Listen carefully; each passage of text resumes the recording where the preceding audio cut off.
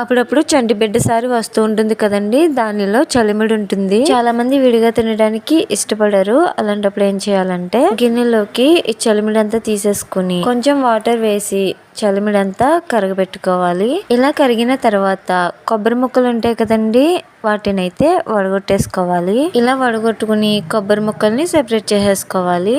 ఇప్పుడు దీనిలోకి 1/2 కప్పు మైదా వేసుకోవాలండి. చలిమిడి అనేది వరిపిండితో చేస్తారు కనుక దీనిలోకి మైదా అనేది యాడ్ చేసుకోవాలి. దీనిని దోసల పిండి కన్సిస్టెన్సీలో వచ్చేలాగా కలుపుకోవాలి. ఇప్పుడు స్టవ్ మీద ప్యాన్ పెట్టి ఆయిల్ వేసి ఆయిల్ బాగా హీట్ ఎక్కిన తర్వాత గులాబీ గుత్తులు ఉండేది ఉంటుంది కదండి, మరిగే ఆయిల్లో పెట్టి కలిపిన పిండి మిశ్రమంలో సగం వరకు పెట్టి ఆయిల్లో పెట్టాలి. ఈ ప్రాసెస్ లో చేసుకోవచ్చు, చాలా గుల్లగా వస్తాయి.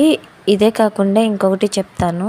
పొంగడాల ప్యాన్ తీసుకుని కొంచెం ఆయిల్ వేసుకుని కలిపిన పిండి మిశ్రమాన్ని వేసి రెండు వైపులా కాల్చుకోవాలి. ఇలా ఒకవైపు కాలిన తర్వాత రెండో వైపు కూడా టర్న్ చేసుకోవాలి. ఈ ప్రాసెస్ లో చేసినా కూడా చాలా బాగున్నాయి. ఇంకొక ప్రాసెస్ ఏంటంటే చిన్నప్పటి నుండి తెలిసిందేనండి, మనం తిన్నదే. ఇంకొంచెం చలిమిడి ఉంటే దీనిలో యాడ్ చేసేసాను. కొంచెం చిక్కగానే ఉండాలి. కొబ్బరి ముక్కలు కూడా వేసుకుంటే బాగుంటుంది.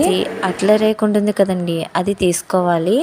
ఇలా ఆయిల్ వేసి ఆయిల్ హీట్ ఎక్కిన తర్వాత ఈ మిశ్రమాన్ని అట్టులా వేసుకోవాలి. దలసరిగా వేసుకుంటేనే బాగుంటుంది. రెండు వైపులా కాల్చుకుని తీసేసుకుంటే చాలా బాగుంటుందండి. అట్టు మాత్రమే వేసుకోవాలి అనుకుంటే మైదా పిండి కలిపిన అవసరం లేదండి. చలిమిడి ఒక్కటే నీటిలో కలిపి ఇలా అట్టు కింద వేసుకుంటే సరిపోతుంది. కలర్ మారుతుంది చూసారా, టేస్ట్ కూడా చాలా బాగుంటుంది. చిన్నప్పుడు అయితే చాలా మంది తినే ఉంటారు. చూసారు కదండి, ఈ 3 ప్రాసెస్ లో ఏది నచ్చినా కూడా ఇంట్లో చలిమిడి ఉన్నప్పుడు తప్పనిసరిగా ట్రై చేయండి. వీడియో నచ్చినట్లయితే లైక్ చేసి సబ్స్క్రైబ్ చేసుకుని ఛానల్ని సపోర్ట్ చేసేయండి. Thanks for watching. బాయ్.